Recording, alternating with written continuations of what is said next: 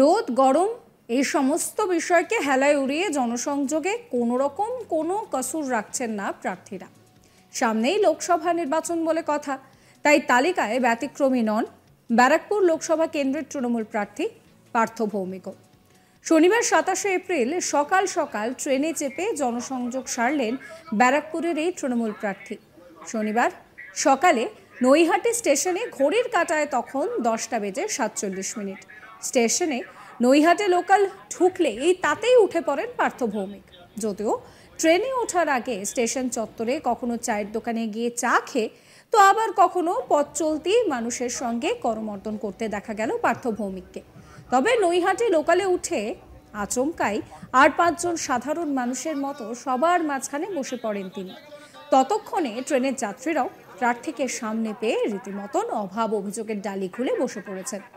সাংবাদিকদের মুখোমুখি হয়ে তৃণমূল প্রার্থী পার্থ ভৌমিক বলেন যে সকাল থেকেই পাড়ায় পাড়ায় অলিতে গলিতে প্রচার করেছেন তিনি, কিন্তু সরকারি চাকরি করা মানুষজন, স্কুল কলেজের পড়ুয়া, নিত্যদিন যাদের কলকাতা যাতায়াত করতে হয় তাদের সঙ্গে তো কথা হচ্ছিল না, তাই তিনি ট্রেনে করে জনসংযোগ করার কথা ভাবেন। তবে এর মধ্যে গুরুত্বপূর্ণ প্রসঙ্গও সামনে আসে। ব্যারাকপুর লোকসভার অন্তর্গত কাছড়াপাড়া ওয়ার্কশপে নতুন নিয়োগ বন্ধ রেখেছে রেল কর্তৃপক্ষ। সেই বিষয়ে তৃণমূল প্রার্থী বলেন, মমতা বন্দ্যোপাধ্যায় যখন রেলমন্ত্রী ছিলেন বাংলায় সার্বিক উন্নয়ন হয়েছে। তারপরে যে সরকার এসেছে সেই সরকারের থেকে যাবতীয় কাজের জন্য রাজ্য সরকার বঞ্চিতই রয়েছে।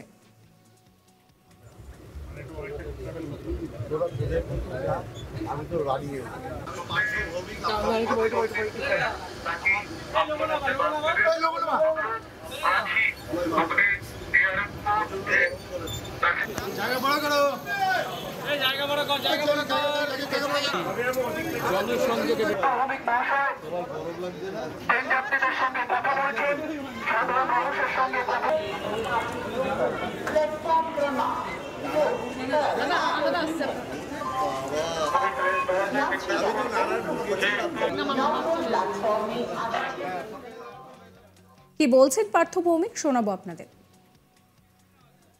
আসলে পাড়ায় পাড়ায় প্রচার করছি তো, তাহলে যারা অফিস যাত্রী তাদের সাথে আমার কন্ট্যাক্ট হচ্ছে না, তারা বাড়ি থেকে বেরিয়ে যাচ্ছে। তাদের সাথে যাতে দেখা হয় তার জন্য ট্রেনে প্রচার করছি।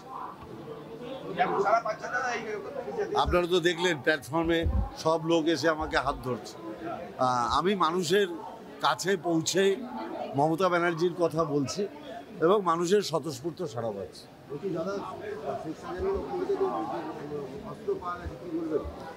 না দেখুন, আইনের মতো চলবে।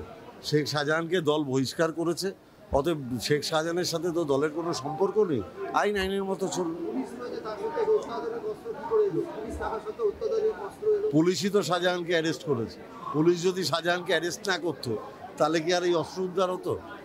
দল বদলু অর্জুন সিং টিকিটের জন্য দল বদল করছেন, আপনার এগেইনস্টে কিভাবে নিচ্ছেন?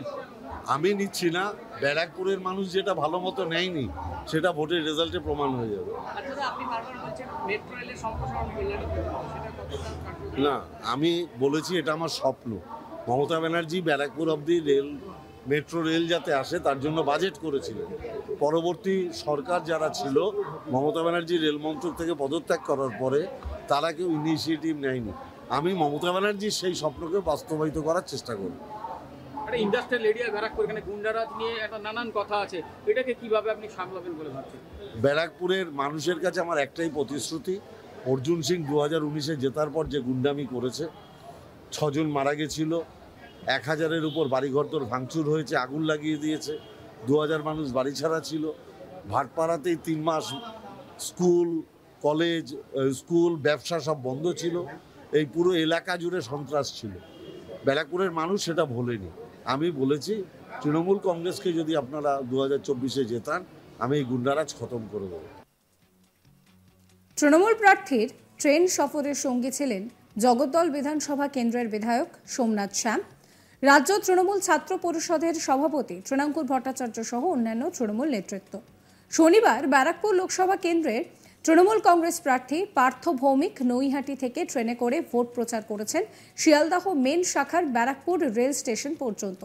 পার্থ ভৌমিকের ট্রেনের প্রচার সফরকে নিয়ে পলতায় সাংবাদিকদের মুখোমুখি হয়ে ব্যারাকপুর লোকসভা কেন্দ্রের বিজেপি প্রার্থী অর্জুন সিং বলছেন যে নৈহাটি লোকাল শিয়ালদাহ পর্যন্ত যায়, কিন্তু দিল্লি পর্যন্ত যায় না। তাই শিয়ালদাহ পর্যন্ত যাবে, আবার ফেরত চলে আসতে হবে।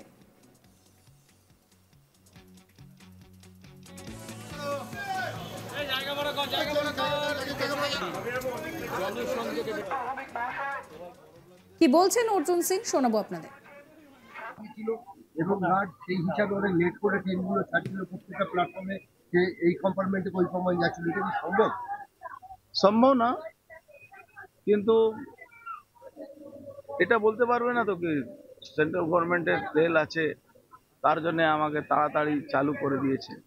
কিন্তু যে যে ড্রাইভার বা গার্ড এটা করেছে সেটা ভুল কাজ করেছে, আমরা দেখব। কিন্তু ও অ্যাকচুয়ালি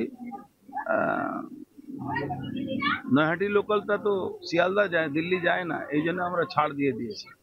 নৈহাটি থেকে শিয়ালদা অবধি যাবে, তারপরে আবার ব্যাক করে আসবে। এ নিয়ে আমার কলিগ দীপক দেবনাথের একটি রিপোর্ট দেখাবো আপনাদের। গতকালই আমরা দেখলাম যে ব্যারাকপুর লোকসভা কেন্দ্রের তৃণমূল প্রার্থী পার্থ ভৌমিক তিনি কিন্তু ট্রেনে করে নির্বাচনী প্রচারণা সারেন। নৈহাটি রেল স্টেশন থেকে, নৈহাটি প্ল্যাটফর্ম থেকে তিনি লোকালে ওঠেন এবং টিটাগড় পর্যন্ত তিনি আসেন এবং প্রত্যেকটি স্টেশনে নেমে কম্পার্টমেন্ট চেঞ্জ করে সেই কম্পার্টমেন্টে উঠে সেখানকার যারা যাত্রী ছিল সেই যাত্রীদের সঙ্গে একটা জনসংযোগ করেন এবং তাদের সাথে কথা বলে সেই আসনে বসে, মানে যাত্রী আসন যেটা আছে সেখানে বসে তাদের মানে অভাব অভিযোগ, কি অভাব অভিযোগ আছে সেগুলি মন দিয়ে শোনেন এবং তার সাধ্যমতো সেগুলো সমাধান করার প্রতিশ্রুতিও দেন। তুমি জানো যে ইতিমধ্যেই এই নির্বাচনী প্রচারণা কিন্তু দুই দলের প্রার্থীরাই কিন্তু প্রচারণা নেমে পড়েছেন এবং আগামী 20 মে এই কেন্দ্রে নির্বাচন। তো সেক্ষেত্রে এই যে পার্থ ভৌমিক তিনি কিন্তু প্রচারণায় যাচ্ছেন এবং দুয়ারে দুয়ারে যাচ্ছেন, গ্রামে গ্রামে যাচ্ছেন, শহরের অলিতে গলিতে তিনি ঘুরে বেড়াচ্ছেন, ভোট ভিক্ষা করছেন তার তৃণমূল কংগ্রেসকে ভোট দেওয়ার জন্য। কিন্তু কালকে একটি অভিনব পদ্মা অবলম্বন করেন এবং এই প্রসঙ্গে পার্থ ভৌমিকের যে অভিমত, পার্থ ভৌমিক যেটা বলেছেন যে আমি দরজায় দরজায় যাচ্ছি এবং যখন আমি বেরোচ্ছি তখন হয়তো যারা চাকরিজীবী তারা থাকছেন না, তারা তাদের চাকরির ক্ষেত্রে বেরিয়ে যাচ্ছেন। তো সেক্ষেত্রে আমার মনে হচ্ছে যে তাদের সাথেও জনসংযোগ করা দরকার, তাদেরকেও তাদের কাছে পৌঁছানো দরকার এবং সেই লক্ষ্যেই কিন্তু আজকে গতকালকে আমরা দেখলাম যে প্ল্যাটফর্মে তিনি সকাল সকাল চলে আসেন এবং তিনি লোকালে করে, মানে প্যাসেঞ্জার লোকালে ওঠেন এবং উঠে সে যাত্রীদের সঙ্গে কথা বলেন এবং টিটাগড় পর্যন্ত তিনি যান, আবার তিনি ফিরে আসেন। কিন্তু তৃণমূলের যে এই যে প্রচার, এই প্রচার নিয়ে কিন্তু কটাক্ষ করতে ছাড়েননি তার যে প্রধান প্রতিপক্ষ বিজেপির অর্জুন সিং। তিনি সাবস্ক্রাইব করবেন আজ তাক বাংলার ইউটিউব চ্যানেলকে, ফলো করতে ভুলবেন না আজ তাক বাংলার হোয়াটসঅ্যাপ চ্যানেলও।